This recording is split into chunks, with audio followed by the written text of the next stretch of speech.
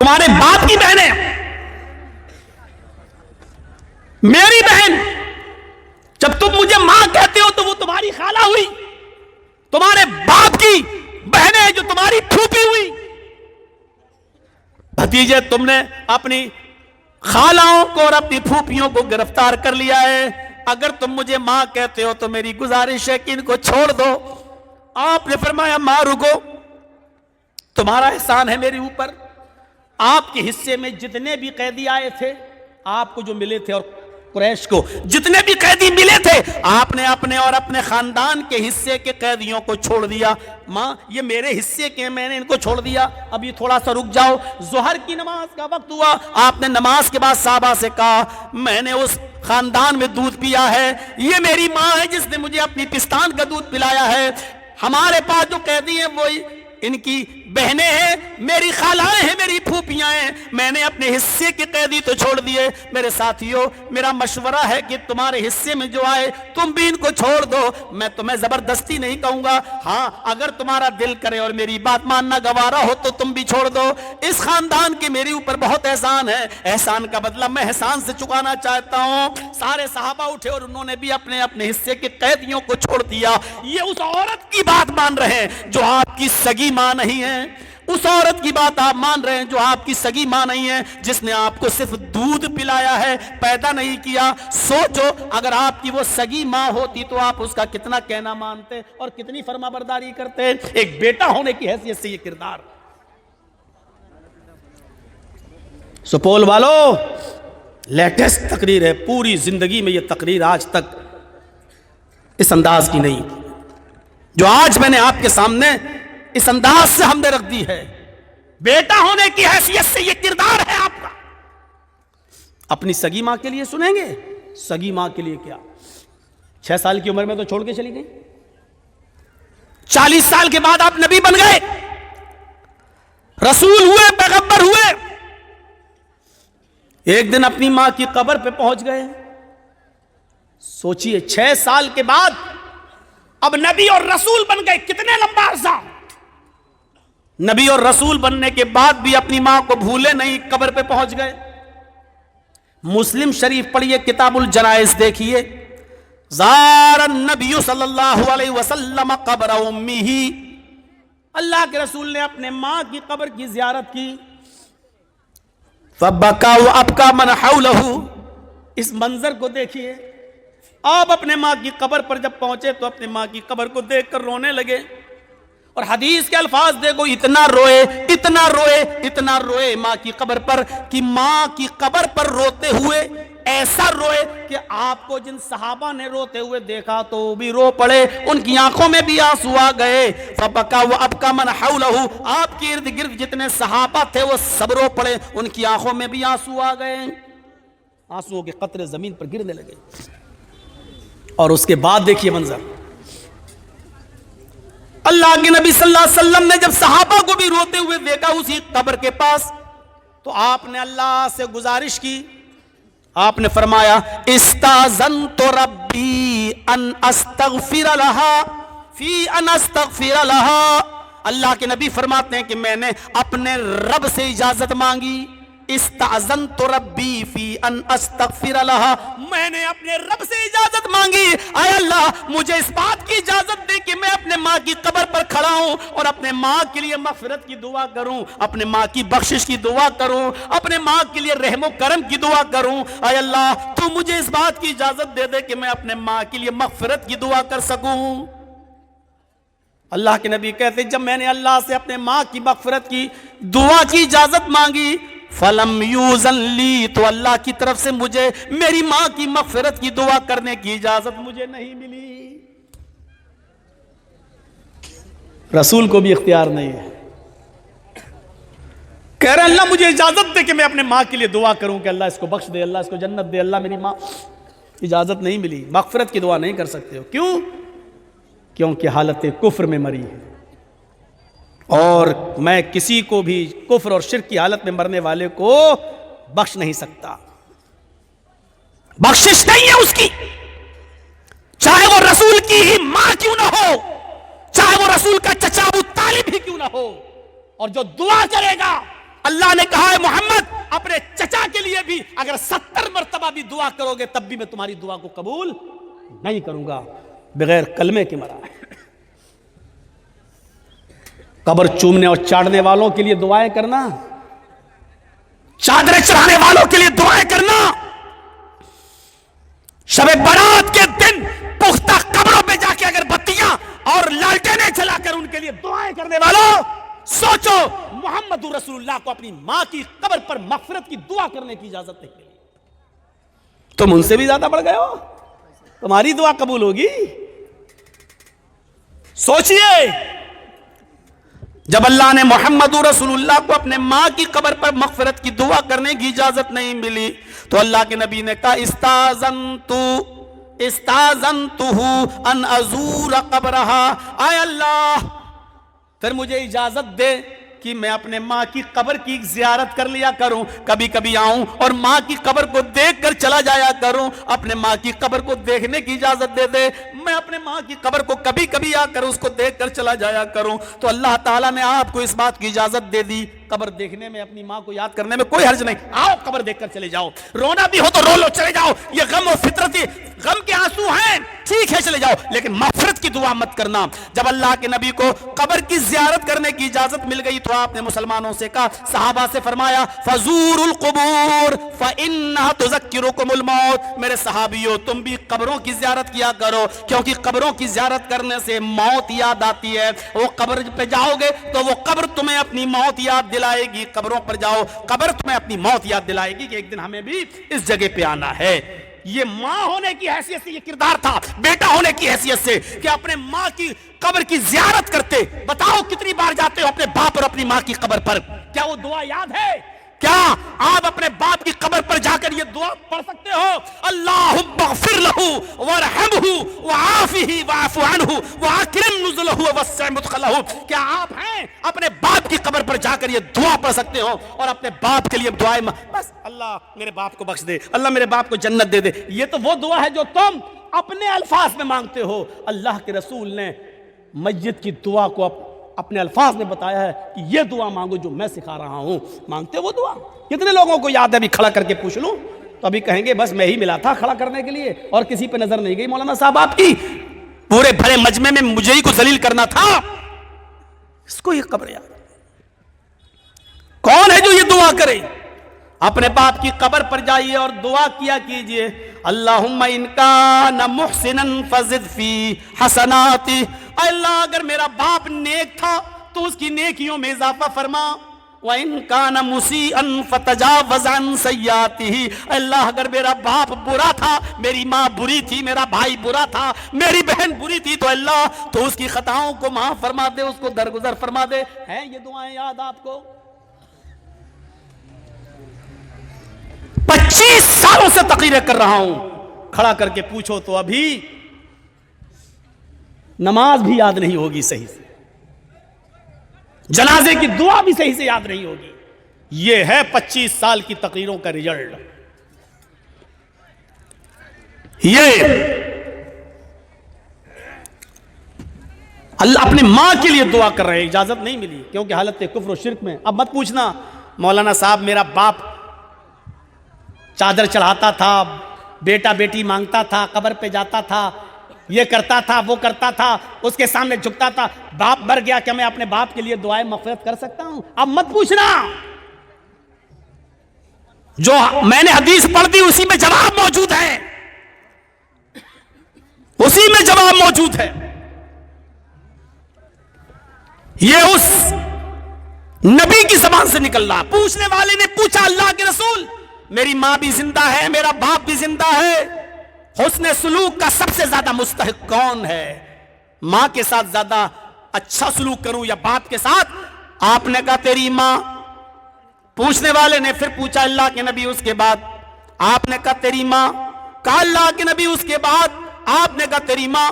کہا اللہ کے رسول اس کے بعد؟ آپ نے فرمایا تیرا باپ، یعنی باپ سے 3 گنا زیادہ حسن سلوک کی مستحق تیری ماں ہے، جس نے تجھے 9 مہینے اپنے پیٹ میں رکھا, اپنے پیٹ میں پالا, چلتی رہی پھرتی رہی, کروٹ لیتی تیرا خیال رکھتی, سوتی تو تیرا خیال رکھتی, اڑتی تو تیرا خیال رکھتی, تکلیف کے ساتھ تجھے اس نے جنا, اس لیے باپ سے 3 گنا زیادہ ماں حسن سلوک کی مستحق ہے. یہ وہ ہستی بتلا رہی ہے جس کو ماں کی خدمت کرنے کا زیادہ موقع نہیں ملا. یہ وہ ہستی ہمیں درس دے رہی ہے کہ ماں کے ساتھ باپ سے 3 گنا زیادہ حسن سلوک سے پیش آؤ. یہ بیٹے ہونے کی حیثیت سے. آپ باپ بھی تو ہوں گے, شادی کے بعد باپ بنتا ہے نا آدمی, بیٹیاں بھی ہوں گی, بیٹے بھی ہوں گے, کسی کی بیٹیاں ہوں گی, کسی کا بیٹا ہوگا, کسی کے پاس دونوں ہوں گے. اب باپ ہونے کی حیثیت سے نبی کا کردار دیکھیے. باپ ہونے کی حیثیت سے, بیٹا ہونے کی حیثیت سے آپ نے ماں کے ساتھ یہ کیا, اور باپ ہونے کی حیثیت سے اولاد کے ساتھ کیا کیا. ہم اپنی اولاد کے ساتھ کیا کرتے ہیں؟ اللہ کے نبی صلی اللہ علیہ وسلم کی شادی کے بعد خدیجہ سے 6 بچے پیدا ہوئے. سب سے پہلے جو بیٹا پیدا ہوا آپ کا, اس کا نام تھا قاسم, اور اسی جہت سے اللہ کے نبی کو کہا جاتا تھا ابو القاسم. قاسم کا انتقال ہو گیا, مکے میں پیدا ہوئے, قاسم کا انتقال ہو گیا. قاسم کی قبر کے پاس اللہ کے نبی کی آنکھوں میں آنسو آ گئے. ان کو دفنایا گیا تو آپ رو رہے تھے. اس کے بعد آپ کی 4 بیٹیاں پیدا ہوئیں, زینب, رقیہ, ام کلثوم اور فاطمہ. اور فاطمہ کے بعد پھر ایک بیٹا پیدا ہوا جس کا نام تھا عبداللہ. یہ بیٹا بھی مکے میں پیدا ہوا, اور چھوٹے پن میں, بچپن میں اس بچے کا بھی انتقال ہو گیا. جب عبداللہ کا انتقال ہوا تو کافروں نے بہت کچوکے لگائے, چڑھایا, اور چڑھاتے ہوئے کہا لوگوں خوش ہو جاؤ, محمد کا دوسرا بیٹا بھی مر گیا. اب محمد کا کوئی بیٹا نہیں رہا, محمد کے مرنے کے بعد محمد کا دین بھی مر جائے گا, محمد کا دین بھی مٹ جائے گا, محمد کے مرنے کے بعد محمد کا نام و نشان بھی ختم ہو جائے گا. اس لیے کہ باپ کا نام بیٹا روشن کرتا ہے, اور بیٹا رہا ہی نہیں تو محمد کا نام کون روشن کرے گا. اس سے آپ کو بہت تکلیف ہوئی, لیکن اپنے بیٹے کی قبر پر آپ گئے اور آپ کی آنکھوں میں آنسو آ گئے. یہ تو مکے کی زندگی رہی. میرے بھائیوں غور کرو, آپ اور سنیں گے تو آپ دنگ رہ جائیں گے. بیٹیوں میں جو آپ کی ایک بیٹی سب سے بڑی تھی, اس کا نام زینب تھا. زینب تھا, پیدا ہوئی, بڑی ہوئی, ان کی شادی ہوئی. شادی کے بعد ان کا حمل بھی ٹھہرا, پیٹ میں بچہ ہے. حضرت زینب پریگننٹ ہیں, پیٹ میں بچہ ہے, اور اسی وقت لوگ مکہ سے مدینہ ہجرت کر رہے ہیں. بیٹی کو بھی اجازت ملی. آپ کی بیٹی زینب بھی مکے سے مدینہ کی طرف ہجرت کر رہی ہیں. ایک اونٹنی پر بیٹھ کر جا رہی ہیں, اونٹنی پر سوار ہیں اور مدینے کی طرف جا رہی ہیں. ایک دشمن جس کا نام حبار ابن اسود ہے, اس حبار ابن اسود نے اونٹنی کو تیر مار کے زینب کو گرانا چاہا, تاکہ اونٹنی کو زخمی کر کے زینب کو پکڑ لیں اور گرفتار کر لیں. جب زینب کو ہم اریسٹ کر لیں گے تو اپنی بیٹی کو چھڑانے کے لیے محمد ضرور آئیں گے, اور جب محمد آئیں گے تو ہم محمد کو پکڑ لیں گے, ان کو اریسٹ کر لیں گے, گرفتار کر لیں گے, اور جو مانگیں گے وہ مجھے مل جائے گا, منہ مانگے نام. یہ ارادہ تھا ان کا.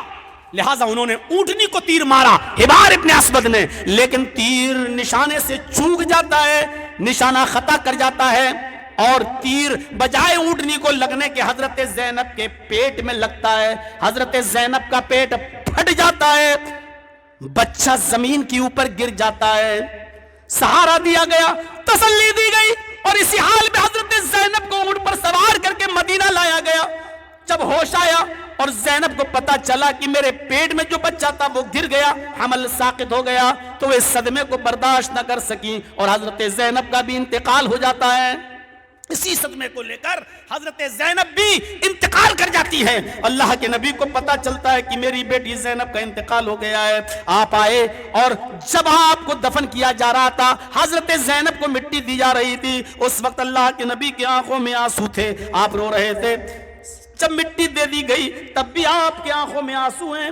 کسی ایک صحابی نے پیچھے مڑ کر ایسے ہاتھ پکڑا اور کہا اللہ کے نبی آپ کی آنکھوں میں آنسو ہیں, بیٹی کا غم ہے, سب کو اپنی اولاد کا غم ہوتا ہے. اللہ کے نبی نے اس صحابی کو دیکھا, اور دیکھنے کے بعد اس قبر کی طرف اشارہ کر کے اپنی بیٹی کی کہا ہی افضل بناتی اصیبت فیا, میرے ساتھیوں یہ میری سب سے بہتر بیٹی تھی, سب سے افضل بیٹی تھی, جو میرے لیے پوری زندگی ستائی گئی, یہاں تک کہ میرے راستے میں شہید بھی کر دی گئی, بہت میرے راستے میں تکلیفیں پہنچائی گئی, اور ہر تکلیف یہ خوشی خوشی برداشت کرتی رہی. یہ میری سب سے اچھی بیٹی تھی. یہ درد تھا ایک باپ کے دل میں اپنی بیٹی کا. یہاں بیٹی پیدا ہوتی ہے تو چہروں پہ شکن آ جاتی ہے. بیٹا مانگا تھا بیٹی ہو گئی. آئے بیٹے اور بیٹیوں میں تفریق کرنے والوں، قیامت کے دن کون سا منہ لے کر اٹھو گے؟ کون سا منہ لے کر اٹھو گے؟ اللہ کے رسول صلی اللہ علیہ وسلم اپنی بیٹی کے انتقال پر مٹی دیتے وقت روتے ہوئے کہتے ہیں یا افضل بناتی اصیبت فیہ، یہ میری سب سے محبوب بیٹی ہے، سب سے چہیتی اور افضل بیٹی ہے، جو میرے راہ میں بہت ستائی گئی، میری راہ میں بہت تکلیفیں پہنچائی گئیں، یہاں تک کہ میری راہ میں اس نے اپنی جان بھی دے دی، اللہ کی راہ میں شہادت بھی قبول فرما لی. اور جب اسی بیٹی کا قاتل حبار ابن اسود فتح مکہ کے دن سامنے آتا ہے اور کہتا ہے آپ سب کو معاف کر رہے ہیں، مجھے بھی معاف کر دو، میں بھی آپ کی بیٹی کا قاتل ہوں، میں نے بھی آپ کی بیٹی کے پیٹ کو پھاڑا تھا. تو آپ نے اس حبار ابن اسود کو دیکھا تو وہی پرانی اپنی بیٹی کی قبر پہ دفن کرنے والا نقشہ سامنے آ جاتا ہے اور اپنی بیٹی کا پھٹا ہوا پیٹ یاد آ جاتا ہے. میرے بھائیوں، لیکن اس کے باوجود آپ کہتے ہیں اے حبار تو نے مجھے بہت تکلیف دی ہے، میری بیٹی کو قتل کر کے مجھے بہت تکلیف دی ہے، لیکن آج تو نے معافی مانگی ہے، جا اے حبار جا، میں نے تجھے بھی معاف کر دیا، اے حبار جا، میں نے تجھے بھی نظر انداز کر دیا. آپ نے اپنی بیٹی کے قاتل حبار ابن اسود کو بھی نظر انداز کر دیا. آپ سوچئے بیٹی باپ ہونے کی حیثیت سے کیا کردار آپ نبھا رہے ہیں. زینب کے بعد رقیہ آتی ہیں، بڑی ہوتی ہیں، رقیہ کی فکر ہوتی ہے ان کا نکاح کر دیا جائے. آپ نے حضرت عثمان کو بلایا، آپ نے حضرت عثمان کو بلایا اور آپ نے بٹھا کے کہا عثمان یہ جبریل ہیں، آئے عثمان یہ جبریل ہیں جو مجھے دکھائی دے رہے ہیں، تمہیں نہیں دکھائی دے رہے ہیں. آئے عثمان یہ جبریل ہیں.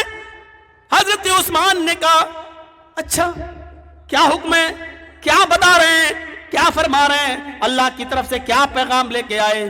اللہ کے نبی کہتے ہیں عثمان یہ جبریل ہیں، اللہ کی طرف سے یہ حکم لے کر آئے ہیں، اللہ نے مجھے حکم دیا ہے. جبرائیل بتا رہے ہیں اللہ نے فرمایا اپنی بیٹی رقیہ کا نکاح عثمان سے کر دو. اے عثمان میں اللہ کا حکم پورا کرنے کے لیے تمہیں اپنے پاس بلایا ہوں، میں اپنی بیٹی رقیہ کا ہاتھ تمہیں دینا چاہتا ہوں، تم میری بیٹی رقیہ سے نکاح کر لو. کہا اللہ کے نبی میں کیسے انکار کر سکتا ہوں، یہ اللہ کا بھی حکم ہے اور میرے نبی کی بھی خواہش ہے، آپ کی بھی تمنا ہے، تو میں کیسے ٹھکرا سکتا ہوں. حضرت رقیہ کا نکاح ہو جاتا ہے. آپ چند دن اپنی بیوی رقیہ کے ساتھ رہتے ہیں. ادھر جنگ بدر کی تیاریاں ہوتی ہیں، پہلی جنگ شروع ہوتی ہے. حضرت عثمان کی بیوی رقیہ، نبی کی بیٹی رقیہ کو چیچک کی بیماری نکلی ہوئی ہے، چیچک نکل آئی ہے. حضرت عثمان بدر کے مجاہدین میں شامل ہونا چاہتے ہیں. اللہ کے نبی کہتے ہیں نہیں اے عثمان تم اپنی بیوی کی دیکھ ریکھ کرو، ان کو بیماری ہے، چیچک نکلی ہوئی ہے، تم ان کی خدمت کرو، تمہیں وہی ثواب ملے گا جو مجاہد کو جنگ میں لڑنے کا ملتا ہے. اگر ہم جنگ جیت گئے اور مال غنیمت لوٹا گیا تو تمہیں بھی اتنا ہی حصہ ملے گا جتنا ہم سب کو ملے گا، صحابہ کو ملے گا، تمہیں بھی حصہ دیا جائے گا. تم میری بیٹی اور اپنی بیوی کی خدمت میں لگے رہو. صحابہ جنگ کر رہے ہیں، لڑائی لڑی جاتی ہے، جنگ ہوتی ہے اور جنگ میں جیت بھی حاصل ہوتی ہے. صحابہ کو اجازت مانگی جا رہی ہے اے اللہ کے نبی آج ہم جنگ جیت گئے ہیں. 70 کافروں کو مارا اور 70 کافروں کو قید کیا گیا. اے اللہ کے رسول بڑی خوشی ملی ہے، کیا ہم جشن منا سکتے ہیں؟ آپ نے کہا ہاں شریعت کے دائرے میں رہتے ہوئے خوشی منا سکتے ہو. آج اللہ نے تمہیں اور ہمیں بہت بڑی خوشی سے نوازا ہے، آپ اس میں اللہ کا شکر ادا کرو. خوشیاں منا سکتے ہو لیکن جاہلیت والی نہیں، گناہ والی نہیں. خوشی کا جو انداز ہے وہ منا سکتے ہو. ابھی صحابہ خوشیاں ہی منا رہے تھے، اللہ کے نبی بھی خوشی میں شامل تھے کہ کسی نے آ کر کہا اے اللہ کے رسول آپ کی بیٹی رقیہ کا انتقال ہو گیا ہے. ساری خوشیاں کافور ہو گئی، دھری کی دھری رہ گئی. اللہ کے نبی اپنی بیٹی کے جنازے میں جانا چاہتے ہیں. آپ پہنچتے ہیں، آگے بڑھتے ہیں، کیا دیکھتے ہیں کہ بیٹی کو قبر میں اتارا جا چکا ہے، تختے رکھے جا چکے ہیں، قبر میں اتارا جا چکا ہے اور مٹی دی جا رہی ہے. ایسے موقع پر آپ پہنچتے ہیں اور آپ بھی مٹی میں شامل ہو جاتے ہیں اور آپ بھی مٹی دیتے ہیں اور مٹی دینے کے بعد آپ کی آنکھوں میں آنسو ہیں. حضرت عثمان کا چہرہ دیکھتے ہیں اور آپ نے اسی جگہ پر فرمایا عثمان تم نے میرا اتنا کلیجہ ٹھنڈا کیا، میری ایک بیٹی کا انتقال ہو گیا، میرے پاس ایک دوسری بیٹی بھی ہے ام کلثوم، میں ام کلثوم کا نکاح بھی تمہارے ساتھ کر دوں گا۔ میرے بھائیوں، اس لیے حضرت عثمان کو ذو النورین کہا جاتا ہے۔ اللہ کے رسول نے اپنی ایک نہیں 2 بیٹیاں دی ہیں۔ یہ بیٹیوں کے ساتھ محبت تھی کہ آپ خوشیاں چھوڑ کر بیٹی کی قبر پہ جاتے ہیں، مٹی دیتے ہیں اور آپ کی آنکھوں میں آنسو آ جاتے ہیں۔ بیٹی کی جدائی کا غم، باپ ہونے کی حیثیت سے یہ کردار تھا آپ کا۔ ام کلثوم بھی نبی کی زندگی میں انتقال کر گئیں، آپ ان کی قبر پر بھی جاتے تو آنکھوں میں آنسو آ جاتے۔ آپ کی ایک اور بیٹی تھی، چہیتی بیٹی تھی، جس کا نام فاطمہ تھا۔ فاطمہ جب بھی گھر میں آتی اللہ کے رسول اٹھتے اور اپنی بیٹی فاطمہ کے سر کا بوسہ لیتے، لیکن آج بسترے بالکل بستر پر ہیں، قریب المرگ ہیں، اللہ کو پیارے ہونے والے ہیں، بستر سے اٹھنے کی طاقت نہیں۔ حضرت فاطمہ کو دروازے پر دیکھتے ہیں لیکن اٹھ نہیں پاتے، خود حضرت فاطمہ کو بلاتے ہیں اور حضرت فاطمہ اللہ کے رسول کی پریشانی دیکھ کر کہتی ہیں، واہ کر بابا تا، ہائے میرے ابو کی تکلیف، ہائے میرے ابو کی پریشانی۔ اللہ کے نبی فرماتے ہیں، فاطمہ آج کے بعد تیرے باپ کو کبھی اتنی تکلیف نہیں ہوگی، فکر مت کرو، آج کے بعد تمہارے باپ کو کبھی اتنی تکلیف نہیں ہوگی۔ فاطمہ سے اتنی محبت کہ آپ نے جمعے کے خطبے میں فرمایا، لوگوں سن لو فاطمہ سے مجھے کتنی محبت ہے، جاننا چاہتے ہو تو سنو، فاطمہ تو بضعۃ منی فمن اغضبنی فقد اغضبها، فاطمہ میرے دل کا ٹکڑا ہے، فاطمہ میرے دل کا ٹکڑا ہے، جس نے فاطمہ کو تکلیف پہنچائی، من اغضبها فقد اغضبنی، جس نے فاطمہ کو تکلیف پہنچائی، جس نے میری بیٹی کو رلایا اس نے مجھے رلایا، جس نے میری بیٹی کو دکھ دیا اس نے مجھے دکھ دیا، جس نے میری بیٹی کو رلایا اس نے مجھے رلایا، جو میری بیٹی سے نفرت کرتا ہے وہ مجھ سے نفرت کرتا ہے۔ یہ باپ ہونے کی حیثیت سے یہ کردار اللہ کے نبی جناب محمد رسول اللہ نبھا رہے ہیں۔ فاطمہ کے بعد مدینے میں جب آئے ہجرت کے بعد تو ماریہ قبطیہ سے ایک اور بچہ پیدا ہوا جس کا نام تھا ابراہیم۔ 2 بچے تو لڑکے قاسم اور عبداللہ مکے میں پیدا ہوئے اور مکے میں انتقال کر گئے، اب تیسرا بیٹا آپ کا مدینے میں پیدا ہوا جس کا نام آپ نے ابراہیم رکھا۔ آپ کو اندازہ ہونا چاہیے اس بچے سے اللہ کے رسول کو کتنی محبت تھی، جس نے بتایا، اے اللہ کے رسول آج آپ کے گھر میں ایک بیٹا پیدا ہوا ہے۔ یہ خوشخبری جب آپ نے سنی تو آپ نے کہا، اے خوشخبری سنانے والے ابو رافع، میں تجھے ایک غلام تحفے میں دیتا ہوں۔ آپ نے ابو رافع کو اتنی سی خوشی سنانے کے لیے کہ میرے گھر میں بچہ پیدا ہوا ہے، ہاں غلام دے دیا تھا، جاؤ یہ تمہاری خدمت کرے گا۔ اندازہ لگا سکتے ہو کتنی محبت رہی ہوگی اس بچے سے آپ۔ ابراہیم کو جو عورت دودھ پلاتی تھی اس کا نام تھا ام بردہ۔ اللہ کے نبی صلی اللہ علیہ وسلم نے ام بردہ کو ایک باغ کا ٹکڑا دیا تھا، گارڈن، ایک باغ کا ٹکڑا تحفے میں، صرف اس لیے کہ وہ میرے بچے ابراہیم کو دودھ پلاتی ہے۔ اتنی محبت، لیکن یہ بچہ بھی 18 مہینے سے زیادہ زندہ نہیں رہ سکا۔ جب 1.5 سال کا ہوا تو اس کی طبیعت خراب، جاکری کے عالم میں، اور اللہ کے نبی کہیں موجود ہیں، خبر آتی ہے ماریہ قبطیہ آپ کو بلا رہی ہیں، آپ کا بیٹا ابراہیم بہت سخت بیمار ہے، جلدی جائیے۔ آپ دوڑتے ہوئے گھر جاتے ہیں، دروازہ کھلتا ہے، ماریہ قبطیہ ہاتھ پھیلائے ہوئے اور اپنے بیٹے ابراہیم کو محمد رسول اللہ کے حوالے کر رہی ہیں، لیجئے۔ اللہ کے نبی نے جیسے ہی ابراہیم کو اپنی گود میں لیا تو ایسے سسکیاں لے رہا تھا، وہ بچہ ایسے کر رہا تھا، آخری وقت تھا، اور جیسے ہی ماریہ قبطیہ کی گود سے وہ بچہ ابراہیم اللہ کے نبی کے ہاتھ میں آیا، اس بچے کا انتقال ہو گیا، ابراہیم کا انتقال ہو گیا۔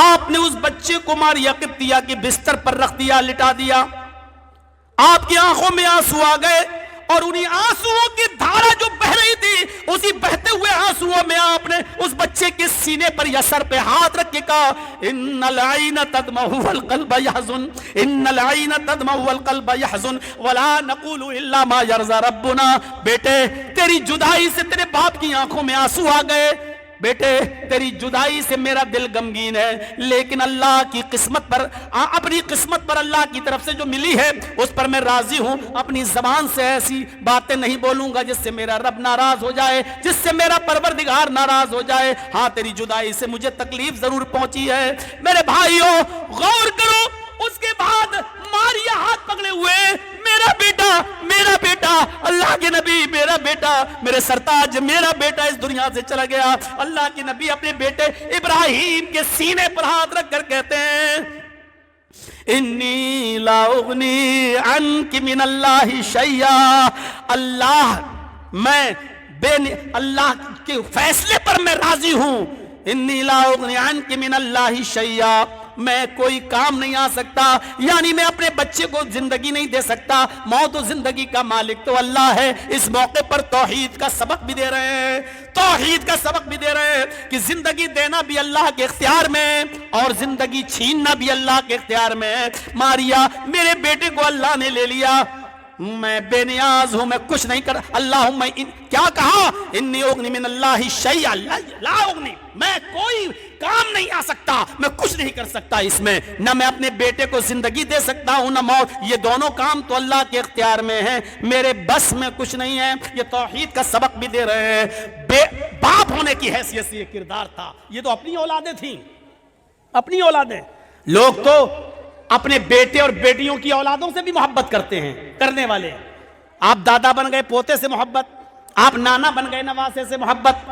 اللہ کے رسول کا معاملہ بھی کچھ ایسا ہی تھا، منبر پر کھڑے ہو کر خطبہ دے رہے ہیں، منبر پر کھڑے ہو کر خطبہ دے رہے ہیں، چھوٹا بیٹا ہے حسین، چلا آ رہا ہے، گرتا ہے، اٹھتا ہے، گرتا ہے، اٹھتا ہے۔ آپ نے اپنے نواسے حسین کو دیکھا، منبر پر خطبہ دینا چھوڑ دیا، اترے اور بھاگتے ہوئے گئے اور اپنے بیٹے حسین کو، نواسے حسین کو اٹھایا اور گودی میں لیا اور منبر پر بٹھا دیا، پھر کھڑے ہو کر خطبہ دیا، پھر کھڑے ہو کر خطبہ دیا۔ یہ محبت تھی اپنے بیٹی کے بیٹے سے۔ آپ اندازہ لگاؤ اپنی اولاد سے کتنی محبت ہوگی جب نواسے سے محبت کا یہ حال ہے۔ ایک دن حضرت حسن کو داہنے کاندھے پہ بٹھایا، ایک دن حضرت حسین کو بائیں کاندھے پہ بٹھایا، حسن داہنے کاندھے پر، حسین بائیں کاندھے پر، اور دونوں کو اٹھا کر اپنے کاندھے پہ بٹھا کے کہا اللہم انی احبہما فاحبہما، اے اللہ محمد تیرا یہ نبی ان دونوں سے محبت کرتا ہے، تو بھی ان سے محبت کر، اے اللہ تیرا یہ بندہ محمد ان دونوں سے محبت کرتا ہے، تو بھی ان سے محبت کر، وَأَحِبَّ مَنْ يُحِبُّهُمَا، اور ان سب سے محبت کر جو ان دونوں سے محبت کرے، یعنی ہر اس آدمی سے محبت کر جو حسن اور حسین سے محبت کرے۔ یہ تھا نواسوں سے پیار اور محبت۔ میری ماں بہنیں اگر آئی ہیں اور سن رہی ہیں تو سنو، اللہ کے نبی نماز پڑھ رہے ہیں اور آپ کی نواسی زینب کی بیٹی امامہ کھیل رہی ہے اور شرارت کر رہی ہے، چھوٹی بچی ہے، آپ نے اس بچی کو، نواسی کو اٹھا لیا اور گود میں لے لیا اور گود میں لے کر آپ نے نماز پڑھی، اور ایک نہیں کئی نمازیں آپ نے اپنی نواسی امامہ کو گود میں لے کر پڑھی۔ یہ اس بات کی دلیل ہے کہ میری ماں اور بہنوں یہ بہانہ نہیں چلے گا کہ بچوں کی وجہ سے نماز نہیں پڑھ پاتے، ہمارے بچے بڑے شرارتی ہیں، یہ پیشاب کر دیتے، یہ کر دیتے، یہ بہانے نہیں چلیں گے۔ اللہ کے رسول نے نماز پڑھی، نواسی شرارت کر رہی ہے تو اس کو گود میں لے لیا اور نماز پڑھی۔ یہ اس بات کا اشارہ ہے کہ اگر بچے شرارتی ہوں تو ان کو گود میں لے کے نماز پڑھو، لیکن نماز چھوڑنے کی اجازت نہیں ہے۔ قیامت تک پیدا ہونے والی عورتوں کو یہ بتا دیا کہ یہ بہانے نہیں چلیں گے تمہارے کہ ہم اس کی وجہ سے نماز نہیں پڑھ پاتے اور اس کی وجہ سے نماز نہیں پڑھ پاتے۔ ایک چیز اور، باپ ہونے کی حیثیت سے، بیٹا ہونے کی حیثیت سے کردار دیکھ لیا، آئیے ذرا ایک کردار شوہر ہونے کی حیثیت سے دیکھ لو۔ یہاں جتنے بیٹھے ہیں شادی شدہ بھی ہوں گے، میرے بھائیوں ایک شوہر ہونے کی حیثیت سے آپ کا کردار کیا تھا؟ آپ کا کردار کیا پیار دیا تھا آپ نے اپنی بیویوں کو؟ کون سی محبت تھی؟ حضرت خدیجہ رضی اللہ تعالیٰ عنہا سے سب سے پہلے جو شادی ہوئی، انہی سے سارے بچے بھی پیدا ہوئے، اور 66 سال کی جب وہ ہوئی، اللہ کے نبی اس وقت 51 سال کے تھے تو خدیجہ چھوڑ کے چلی گئی، خدیجہ کا انتقال ہو گیا۔ اس کے بعد آپ نے دوسری شادیاں کی اور بیویاں آپ کی آئیں۔ ایک دن قربانی کا دن تھا، بقرعید کا دن تھا، اونٹ کا گوشت پک کر سامنے آیا، حضرت عائشہ بنا کر لائیں، اللہ کے نبی نے مٹی کا برتن لیا, اس میں گوشت کی بوٹی رکھی ہوئی تھی, ہڈی دار گوشت تھا, اس کو اٹھایا اور منہ تک لے گئے, لیکن ہونٹ سے آگے نہیں لے پائے, منہ تک لے گئے اور اس کو واپس کر دیا. اس کے بعد پھر لے گئے لیکن کھایا نہیں, منہ تک لے گئے اور واپس کر دیا. حضرت عائشہ نے کہا اللہ کے نبی گرم ہے کیا, آپ منہ تک لے جاتے ہیں اور واپس کر دیتے ہیں؟ آپ کی آنکھوں میں آنسو آ گئے. آپ عائشہ کہنے لگی اللہ کے نبی رو رہے ہیں آپ, آج قربانی کا دن ہے اور رو رہے ہیں, گوشت بنا کر میں لائی ہوں اور آپ رو رہے ہیں. اللہ کے نبی فرماتے ہیں عائشہ آج مجھے خدیجہ کی یاد آ رہی ہے, عائشہ آج مجھے خدیجہ کی یاد آ رہی ہے. خدیجہ آج زندہ ہوتی تو وہ بھی میرے ساتھ بیٹھ کر کھانا کھاتی, آج قربانی کے دن ان کو بھی نصیب ہوتا. آج مجھے اپنی پہلی بیوی خدیجہ کی یاد آ رہی ہے. حضرت عائشہ نے جب خدیجہ کا نام سنا تو کہنے لگی مجھے کسی بیوی پر اتنا رشک نہیں ہوتا جتنا خدیجہ کے اوپر ہوتا ہے, آپ خدیجہ کو بھول کیوں نہیں جاتے؟ ایک بوڑھی عورت آپ سے بھی عمر میں 15 سال بڑی, اور آپ اس بوڑھی عورت کو یاد کرتے رہتے ہیں. ہم جیسی جوان عورتیں آپ کی خدمت کے لیے موجود ہیں, لیکن آپ اس بوڑھی عورت کو یاد کرتے رہتے ہیں. کیا بات ہے, ایسی کیا چیز ہے جو خدیجہ میں تھی اور ہم میں نہیں؟ وہ بوڑھی آپ اس کو یاد کرتے اور ہمیں آپ جوان ہونے کے باوجود اتنی اہمیت نہیں دیتے. آپ نے ڈانٹتے ہوئے کہا عائشہ خاموش, ایک لفظ اس کے آگے نہیں. خدیجہ کا مقابلہ کرتی ہو تم, خدیجہ کا مقابلہ کرتی ہو. عائشہ خدیجہ خدیجہ تھی, عائشہ عائشہ ہے. جاننا چاہتی ہو خدیجہ میں اور عائشہ میں کیا فرق ہے تو سنو. عائشہ جب ساری دنیا محمد کو جھٹلا رہی تھی تو خدیجہ اکیلے محمد کی تصدیق کر رہی تھی. جب ساری دنیا محمد کو پتھر سے مار مار کر سر پھوڑ کر خون نکال رہی تھی, خدیجہ اکیلے اپنے سر کا دوپٹہ, اپنے سر کی اوڑھنی پھاڑ کر میرے سر سے خون صاف کر رہی تھی. ساری دنیا میرا مذاق اڑا رہی تھی, خدیجہ اکیلے مجھے تسلی دے رہی تھی. عائشہ تم خدیجہ کے مقابلے میں کبھی نہیں آ سکتی ہو. خدیجہ خدیجہ تھی, عائشہ عائشہ ہے. ساری دنیا جب مجھے جھٹلا رہی تھی تو خدیجہ اکیلے میری تصدیق کر رہی تھی. ساری دنیا میری مخالفت میں تھی, خدیجہ اکیلے میرے کاندھے سے کاندھا ملا کر چل رہی تھی. عائشہ تمہارا مقام ہے, تمہاری یہ اہمیت ہے, لیکن خدیجہ کا مقام الگ ہے, خدیجہ کی اہمیت الگ ہے. اس بوڑھی عورت کو انتقال کے بعد بھی آپ نہیں بھول رہے ہیں, یہ شوہر ہونے کا کردار سے آپ نظر ڈالیں. حضرت عائشہ کا بھی ایک مقام تھا, کیا پیار دیا تھا اللہ کے رسول نے کہ حضرت عائشہ ایک بار سفر میں ہیں نبی کے ساتھ. آپ جب بھی کسی جنگ میں جاتے تھے تو اپنی کسی نہ کسی بیوی کو ساتھ میں لے جاتے تھے, قرعہ ڈالتے تھے.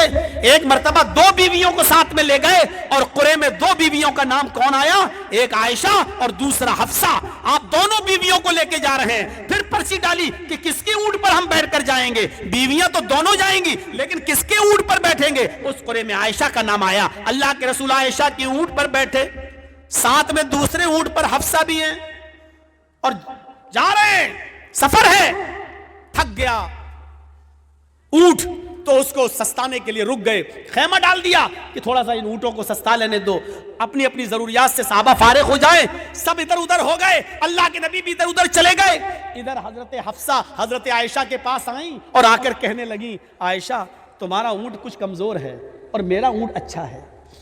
اللہ کے رسول تمہارے ساتھ بیٹھتے ہیں تو تم میرا اونٹ لے لو, یہ اونٹ تھوڑا اچھا ہے, تندرست ہے اور اچھا ہے, تو تم میرا اونٹ لے لو, ہمیں اپنا اونٹ دے دو, مجھے اکیلے بیٹھنا ہے اس اونٹ کے اوپر, اس لیے میرا اچھا اور تندرست اونٹ تم لے لو اور تم اپنا اونٹ مجھے دے دو کیونکہ مجھے اکیلے سفر کرنا ہے. حضرت عائشہ نے کہا بہت اچھی بات. مشورہ ہوا اور دونوں نے اپنا اپنا اونٹ بدل لیا. عائشہ نے حفصہ کا اونٹ لے لیا اور حفصہ نے عائشہ کا اونٹ لے لیا. اب دیکھیے اللہ کے نبی جناب محمد رسول اللہ صلی اللہ علیہ وسلم جب ضروریات سے فارغ ہو کر آئے تو اسی اونٹ کی طرف آگے بڑھ گئے جس اونٹ پر بیٹھ کر آئے تھے, عائشہ کی. لیکن اب وہ عائشہ کا اونٹ نہیں ہے, اب وہ حفصہ کے پاس ہے, لیکن آپ اسی اونٹ کے پاس آ گئے. آپ آئے, دیکھا ارے تم ہو حفصہ, عائشہ کہاں ہے؟ کہ اللہ کے رسول ہم نے اونٹ بدل لیا ہے, اپنا اونٹ عائشہ کو دے دیا اور عائشہ کا اونٹ ہم نے لے لیا, تھوڑا تندرست اونٹ تھا. میں نے دے دیا عائشہ کو. آپ نے کہا چلو کوئی بات نہیں, آدھا سفر میں نے ان کے ساتھ کر لیا, آدھا سفر تمہارے ساتھ کر لیتا ہوں. آپ پھر حفصہ ہی کی اونٹ پر بیٹھ گئے. تھوڑا سفر رہ گیا تھا. حضرت عائشہ اس جدائی کو برداشت نہیں کر پائی. باری میری, نام میرا نکلا, تھوڑا ہی سفر صحیح, لیکن کیوں دوسرے کی اونٹ پر بیٹھیں گے آپ؟ لیکن کچھ بولی نہیں, اور اللہ کے رسول صلی اللہ علیہ وسلم اس اونٹ پر بیٹھ کر آگے بڑھ گئے, اور عائشہ اکیلے اکیلے چلنے لگی. جب سفر ختم ہو گیا, وضو بنا کر لوگ نماز کی تیاری کرنے لگے, عائشہ نہیں دکھائی دے رہی ہیں. اللہ کے نبی نے پوچھا عائشہ کہاں ہیں؟ کہا ابھی تو یہی تھی. ڈھونڈنے کے لیے لوگ نکلے, کیا دیکھتے ہیں کہ عائشہ ایک بیابان جنگل میں ہے, کھیت میں ہیں, اور بڑی بڑی لمبی گھاسوں کے بیچ میں حضرت عائشہ نے اپنا پیر داخل کر دیا. بخاری کی روایت, اللہ کی نبی کی بیوی عائشہ اپنا پیر اس گھاس میں ڈال دیتی ہیں, اپنا پیر اس گھاس میں ڈال دیتی ہیں, اور کہتی ہیں اللہم سلط علی قربا او حیتا تلدغنی هو رسولک ولا اقول له شیئا. بخاری کے الفاظ ہیں, حضرت عائشہ کہتی ہیں اے اللہ, میں نے اپنا پیر اس گھاس میں ڈال دیا, سلط علی قربا, کوئی بچھو تو مجھ پر مسلط کر دے, کوئی بچھو اس گھاس میں بھیج دے, او حیتن, کوئی سانپ اس گھاس میں میرے اوپر مسلط کر دے, تلدغنی, جو مجھے کاٹ لے, تلدغنی, جو مجھے ڈس لے. اے اللہ, اس سانپ کا اور بچھو کا ڈس لینا مجھے منظور ہے, اس کے زہر سے مر جانا میرے لیے منظور ہے, لیکن محمد کی جدائی میرے لیے منظور نہیں ہے, ان سے دور رہنا میرے لیے منظور نہیں ہے. اے اللہ, تو آسمان سے کوئی سانپ یا بچھو مسلط کر دے جو مجھے کاٹ لے, جو مجھے ڈس لے. ہوا رسولوں کا, وہ تیرے رسول ہیں, لا اقول له شیئا, میں ان کی شان میں کچھ نہیں کہہ سکتی, میں ان کو کچھ نہیں بول سکتی, میں دعا تجھ سے کر سکتی ہوں. مجھے زہر کے اثر سے, بچھو اور سانپ کے کاٹنے کے زہر سے مر جانا میرے لیے اچھا ہے, لیکن محمد الرسول اللہ کی جدائی میرے لیے اچھی نہیں. غور کرو کتنا پیار دیا ہوگا اللہ کے رسول نے اپنی اس بیوی کو, جو اتنی دیر کے لیے بھی نبی کو چھوڑنا پسند نہیں کر رہی ہیں, اور گھاس میں پیر ڈال کے کہہ رہی ہیں اللہ کوئی سانپ یا بچھو ڈال دے. آج کل تو خوش ہوتے ہیں اگر بیوی میکے چلی آ رہے, چلو کم سے کم اب منہ تو بند ہو گیا ہے, چلو کم سے کم 8 دن. ایک آدمی تو ہم سے کہنے لگا کہ مولانا صاحب آپ کی تقریر میں سنا تھا کہ صدقہ کرنے سے مصیبت ٹل جاتی ہے. میں نے کہا یہ تو حدیث ہے, صدقے سے مصیبت ٹل جاتی ہے. بولا کتنے لاکھ روپے کا صدقہ کروں میری سب سے بڑی مصیبت ٹل جائے. میں نے کہا کیا ہے؟ بولا بیوی. کہنے لگا 10 لاکھ روپے بھی ہم صدقہ کرنے کے لیے تیار ہیں, بتاؤ, لیکن وہ ٹل جائے گی مصیبت. میں نے کہا بھگ کمینے کہیں کہ مجھے کیا معلوم, 10 لاکھ روپے خرچ کرنے کے لیے تیار ہے, کہہ رہا وہ مصیبت ہے. جو رحمت بن کر آتی ہے اس کو مصیبت کہتے ہیں. اس طریقے سے رہو تو رحمت ہی رحمت ہو جائے گی. اللہ کے رسول کے پاس تو کوئی آتا تھا کہ اللہ کے رسول گھر میں برکت نہیں ہو رہی ہے. آپ پوچھتے تھے شادی ہو گئی؟ کہ نہیں. کہ اسی لیے تو نہیں ہو رہی ہے, پہلے شادی کر. اور جب وہ شادی کر کے آتا تھا کہ اللہ کے رسول آپ نے شادی کرا دی, اب تو اور برا حال ہے, پہلے تو مجھے ایک ٹائم کا مل جاتا تھا, اب تو وہ کھا جاتی ہے مجھے, تو میں تو بھوکا ہی رہتا ہوں. کہ برکت نہیں ہوئی, کہ کچھ نہیں ہوئی. تو آپ اس سے کہتے تھے کہ تم ایک اور شادی کر لو. کہ اللہ کے نبی ٹھیک ہیں آپ؟ کہاں میں ٹھیک ہوں, آپ ایک اور شادی کر لو. پتہ نہیں کیوں برکت نہیں ہو رہی, انشاءاللہ برکت ہوگی. کہا جب آپ کہہ رہے ہیں تو کر لیتا ہوں, لیکن سمجھ لیجئے کہ ہاں کر لو. دوسری کر لی, دوسری کے بعد پھر آیا. آپ نے کہا برکت ہوئی؟ کہا برکت چھوڑیے, حرکت بند ہونے والی ہے دل کی. کیوں؟ کہا کچھ نہیں ہوئی برکت. اب تو دونوں لڑتی ہیں, سونے بھی نہیں دیتی ہیں, کہتی کما کے لاؤ. کیا کروں میں؟ آپ نے کہا اچھا تیرے گھر میں ابھی تک برکت نہیں ہو رہی, کچھ تو بات ہے. کہ اللہ کے رسول اب کچھ بھی ہو, آپ نے 2 شادیاں کرائی, اب آپ مجھے کام بتاؤ, نہیں تو میں جاؤں گا نہیں, وہ لڑیں گی ہم سے, اب ہم کیا کھلائیں. آپ نے کہا اچھا میری بات مانو گے؟ کہا کیا؟ بالکل مانوں گا. کہ تم ایک شادی اور کر لو. آنکھیں پھاڑ کے کہتا ہے کیا ارادہ ہے آپ کا؟ آپ نے کہا کچھ نہیں, چوتھی کے لیے نہیں کہوں گا, انشاءاللہ جاؤ برکت ہوگی. کہہ رہا ٹھیک ہے, مر تو ویسے ہی رہا ہوں, اب آپ کہہ رہے ہیں تو ایک اور کر کے دیکھ لیتا ہوں. تیسری بھی شادی کر لی, اور تیسری شادی کرنے کے بعد 1 یا 2 مہینے کے بعد آیا. اللہ کے رسول نے کہا بہت دنوں کے بعد آئے ہو. کہا برکت ہو گئی اللہ کے رسول. کہا کیا ہوا؟ کہا تیسری بیوی جو آپ میرے گھر میں آئی نا, وہ کھجور کے پتوں سے چٹائی بنانا جانتی ہے، ایک ہنر جانتی ہے. وہ روزانہ ایک چٹائی بنا لیتی تھی، اس کو بیچتی تھی، 1 درہم آتا تھا، پورے گھر کا خرچہ چلتا تھا. اس نے میری پہلی اور دوسری بیوی کو بھی سکھا دیا. 3 درہم کی روزانہ انکم ہوتی ہے، 1 خرچ ہوتا ہے، 2 بچاتا ہوں. آپ نے کہا اور تم کیا کرتے ہو؟ کہا کچھ نہیں، میں تو بیٹھ کے کھاتا ہوں ماشاءاللہ، مجھے کیا ضرورت ہے، بیوی کما تو رہی ہیں. آپ نے کہا بیوی کی کمائیوں پر پلے گا تو کہا میں کیا کروں؟